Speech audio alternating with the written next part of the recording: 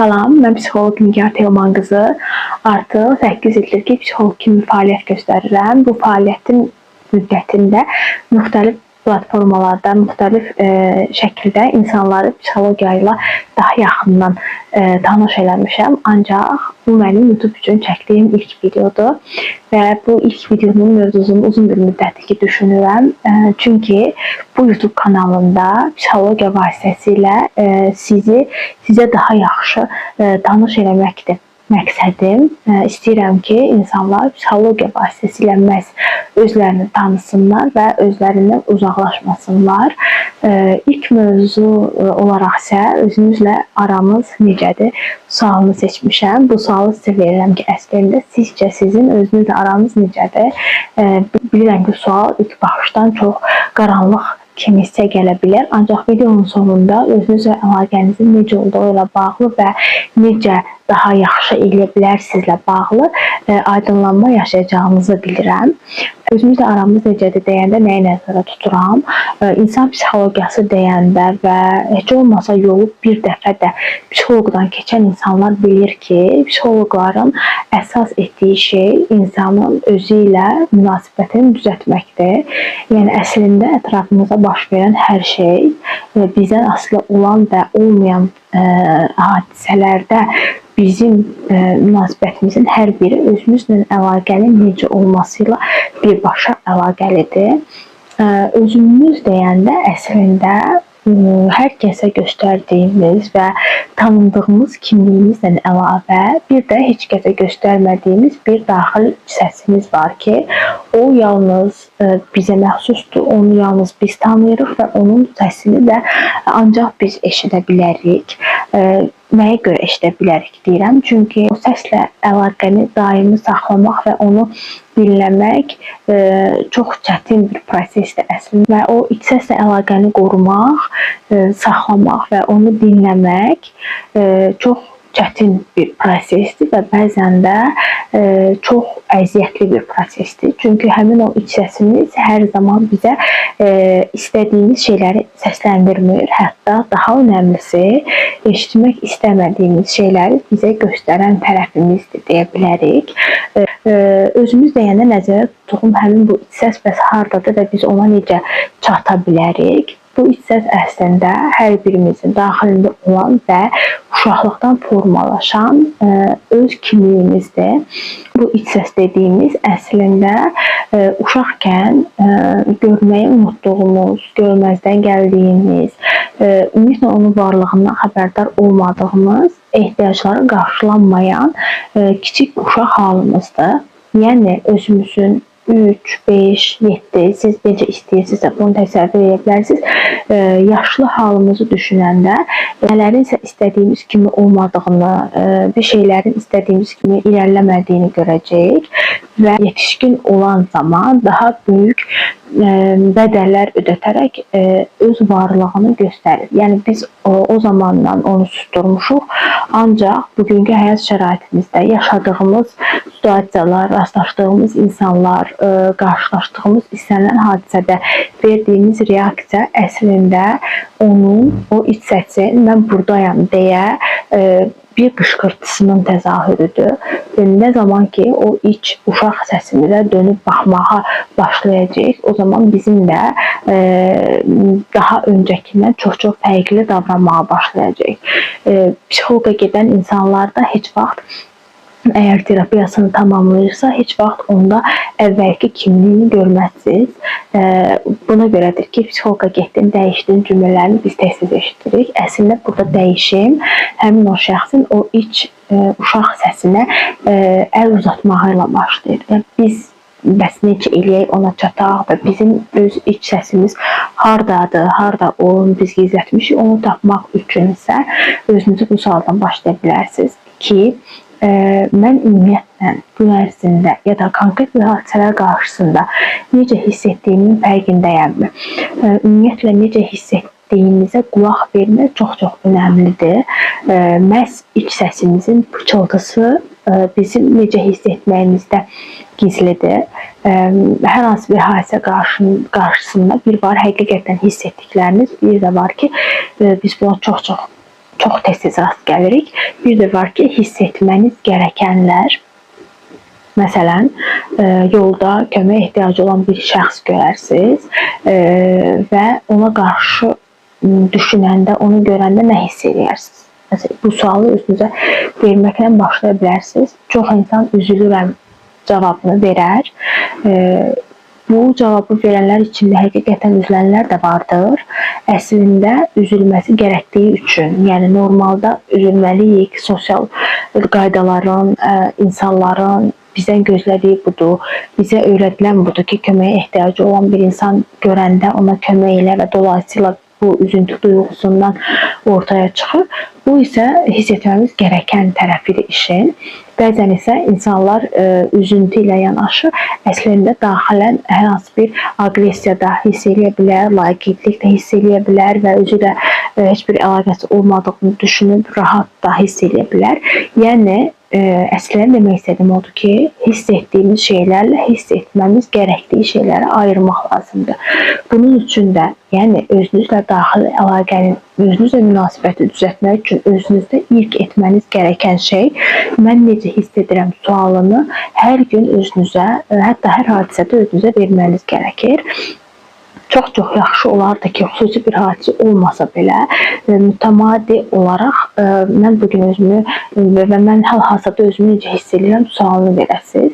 Bu ilk başlarda çox qısa cavablarla sonlanacaq. Yaxşı hiss edirəm, pis edirəm ya da bilmirəm necə hiss edirəm, normal hiss edirəm deyə cavab verə bilərsiniz.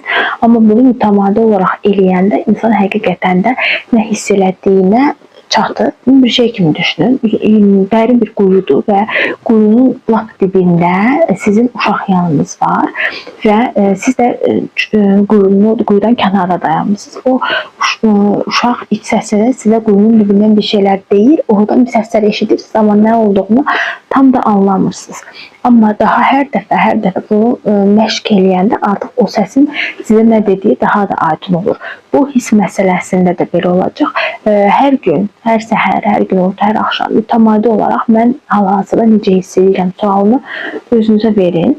Bu, öz iç səsinizlə əlaqə qurmağın ilk şərtidir. Və burada diqqətli olun ki, verdiyiniz cavab hiss etdiyiniz şeydir, yoxsa hiss etməniz gərəkən şeydir. Burada hiss etməniz gərəkən şey hissəsinə də biraz aydınlıq gətirmək istəyirəm. Bəzən bizim uşaqlıq yaşantılarımızda belə bir şey olur ki, bizə necə hiss etməmiz gərəkdiyini belə öyrədirlər ya da göstərirlər. Bunu primitiv olaraq uşaq vaxtı ağlamağınızı yadınıza salmağını istəyirəm ya da oğlanlar yıxılmaqlarını yadınıza salmağınızı istəyirəm. Biz ağlayanda hər hansı bir hadisədən avtomatik olaraq ətrafdakı insanların bizə reaksiyası bu olur ki, narahat olma, uşaq yıxılmısan, keçdi, ev yoxdur, yaxşısan, ağlama, işte böyük oğlansan, böyük qızsan şəklində bizə ağlamamamız gərəkdiyi ötürülüb və biz orada əslində duyğularımızla əlaqəni itirmişik ki, çaşqınlıq yaranıb bizdə. İkinci bir misal, məsələn, verə bilərəm ki, həmin o ağlayan uşağa həmən bir şeylər vermək ki, o ağlamağını kəssin, məsələn, konfet vermək, nə bilim, başına qatacaq hansı bir oyuncaq vermək və s. ya da diqqətini başqa yerə yönəltmək, bu əslində hiss etdiyi duyğunun əlaqənin itməsi deməkdir. Burada belə bir şey var ki, bunu əgər yaşanmışsınızsa, hər birimiz yetişkin olanda fərqinə varırıq ki, bunu bizə eləyən kimdirsə, valideyn və sayılar, onun pis niyyəti olmadığını zaten bilirik. Ki, o bizim daha çox işte əzab çəkməyək deyə ya da ağlamamızdan dolayı narahat olduğuna görə belə bir şey eləyir. Burada məqsədimiz bizə pislik eləyiblər, onlar eləyiblər deyə bu hala gəlmişik deyil. Okay, onlar eləyiblər, amma onlar bunu fərqində olmadan ya da yaxşı bir şey elədiklərini düşünərək eləyiblər. Bu hissəni açmaqda əslində bir məqsədim var idi. Çünki psixoloji seanslarda və insan öz-özünü kəşf etdikcə əslində müəyyən travmalar dediyimiz hadisələrdən doğaraq bu hala gəldiyini düşünür və belə bir şey ortaya çıxır ki, əslində bunu mənə işte anamın travmasından, atamın travmasından bu vəziyyətə gəlmişəm və müəyyən bir period olur ki, insan bu periodda ana atasını günahlandırmağa rast gəlir ki, yəni sən eləmirsən deyə mən belə olmuşam, tutaq ki, siz belə olmuşsunuz deyə mən belə olmuşam. Nə zaman ki bu günahlandırma mərhələsi keçir və biz artıq öz həyatımızın məsuliyyətini öz üzərimizə alırıq, orada da yaxşılaşma, yaxşı hiss etmə əlamətləri özünü göstərir. Olur ki, bəzən terapiyalarda uzun bir müddət çəkir qarşısındakı insanı günahlandırmaq periodu və o günahlandırma nə qədər uzun olursa, o həyatımızın idarəsinin qarşı tərəfdə olması anlamına gəlir və bizim özümüzü yaxşı hiss etməyimiz bir o qədər gecikir. Okay, yaxşı bir şey deyil, yaşamamamız daha gözəl idi, amma yaşamışıqsa da artıq biz bugün bunu yenidən və deyək ki, redaktə eləyib həyatımıza yeni bir nəfəs verə bilərik. Yəni əslində mövzu biraz uzandı, amma o hiss etməmiz gərəkdiyi şeylər bizə necə ötürülüb, bunu demək məqsədim ki, yaxşı niyyətə də olsa bizim orada əslində necə hiss etməyimizi, anlamamızı icazə verməyiblər. Və bizə çaşqınlıq yaranır ki, mən az öncə ağlayırdım, falan yerim incidirdi məni, amma indi gülürəm, diqqətim dağılır və o duyğu orada yarımçıq qalır. Elə olduğuna görə də biz yetişkin halımızda hiss etdiyimiz şeyi, hiss etməmiz gərəkdiyi şeyi ayırtmaqda çox-çox çətinlik çəkirik. Yəni, iç səsimizlə və özümüzlə əlaqəni yenidən qurmağın ilk yolu necə hiss edirəm sualını özünə verməkdir. Növbəti olaraq isə etməmiz gərəkdiyi şeylər gün ərzində davranışlarınızı şuurlu şəkildə diqqət edərək etməkdir. Nəyə görə deyirəm şuurlu olaraq? Çünki hər birimizin, daha da çoxumuzun həyatında spontan olan şeylər var. Səhər dururuq, əl-üzümüzü yuyuruq, yemək yeyirik və s. Yəni hər gün demək olar ki, eyni saatda eyni şeyləri edirik və bu bir müddət sonra avtomatik hal alır və biz həqiqətlə yenə də hiss etməmiz, necə ki hiss etməmiz gərəkən şeyini hiss etdiyimiz şeyə ayırmaqda çətinlik çəkirik. Bu davranışlarımızda da özünü göstərir.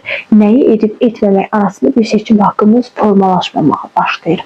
İkinci etməmiz gərəkən şey günlük davranışlarımıza diqqət edərək hansı davranışı etməyi özüm seçdim, hansını isə zorunda qaldım, yəni məcbur olduğum şəklində bir anlamlandırmaq, bir kateqoriyalaşdırmaqdır.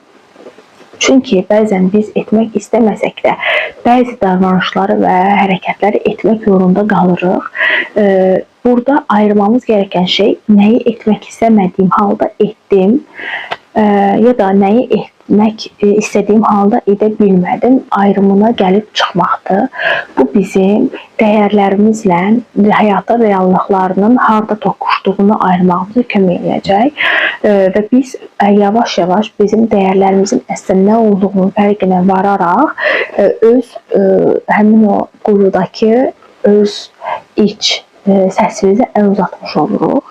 Üçüncü etməmiz gərəkən şey isə özünüzə necə reaksiya verməyinizdir. Məsələn, sizdən gözlənilməyən bir hərəkət olanda özünüzə qarşı münasibətiniz necə olur? Baxın, bu şey şəklində olur. Ola bilir ki, insanlara qarşı duruşunuz daha fərqli ola bilir, amma rast gəldiyim şey odur ki, insan öz içində özünü sanki sözləri ilə, münasibəti ilə döyür. Yəni, dırnaq arası döyür ki, sən bunu niyə elədin ya da sən bunu necə elə bilərsən şəklində, bu səndən gözlənilməyən bir şey idi, sən necə belə bir hərəkət edə bilərsən və s. Yəni, sizdən gözlənilməyən bir hərəkət olanda, hər hansı bir yanlış bir şey eləyəndə, uğursuzluq zamanında, mənfi adlandıra biləcəyiniz hadisələrdə özünüzə qarşı münasibətiniz necədir? Biz rast gəlirik ki, bəzən insan burada özünü, az öncə dediyim ki, ya döyür, ya işte orada bir qəbullanma halını biz müşahidə edirik, ya da orada bir boş vermişlik var. Qəbullanma halında, tamam, yəni qəbul edirəm, mən bunu dəf elədim, bu məndən gözlənilməyən bir şey idi, işte bu məni həqiqətən incitdi, ya da həqiqətən əsəbləşdirdi, həqiqətən məyus etdi və s. bunu bu həddə, yəni şuur həddinə gətirməkdir və davranışı dəyişməyə yönəlikdir. Okay, bu məni incitdi, amma gələn dəfə bunu mütləq nəzərə alacağım şəklində burada qəbullanmış bir fərqindəlik var. Digər bir halda isə daha çox boş vermişlik və laqeydlik var. Yəni əslində insan nəsə bir şeylər hiss edir, amma sanki çox da önəmli deyilmiş kimi ya da oldu, keçdi, tamam boş verməliyəm şəklində bir münasibət formalaşdırır və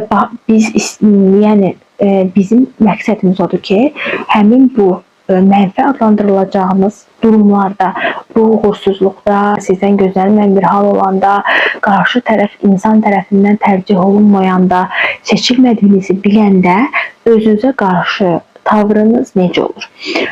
Bunu təyin eləməklə də siz yenidən o iç səsinizə əlaqəni daha da gücləndirmiş olursunuz və bu 3 fakt dediyimiz nə hiss edirəm və nə hiss etməm gərəkir ayrımını eləmək. İkinci olaraq hansı davranışları bilərək, seçərək eləyirəm, hansıları isə eləmə məcburiyyətlə qalıram. Bunun vasitəsilə biz dəyərlərimizi və eləmiz nə ilə toqquşur, onu təyin edə bilərik və üçüncü olaraq isə gözlənilməyən mənfi adlandırdığımız bir halda özümüzə qarşı cavabımız, reaksiyanı, tutumumuz necə olur, bunu təyin eləməkdir. Hər üçündə özünüzə göstərdiyiniz reaksiyanın əslində bir zamanlar valideynlərinizin sizə göstərdiyi reaksiya olduğunu görəcəksiniz. İnanıram ki, ilk addım olaraq bu video faydalı oldu və çoxdandır bilmədiyiniz o daxili dünyanıza bir işıq tuta bildim. Gələcək həftə eyni gün və eyni saatda görüşmək ümidi ilə fikirlərinizi isə mütləq rəy bölməsində bildirin və videonu faydalı hesab edirsinizsə paylaşmağı və dəstək olmağı da unutmayın.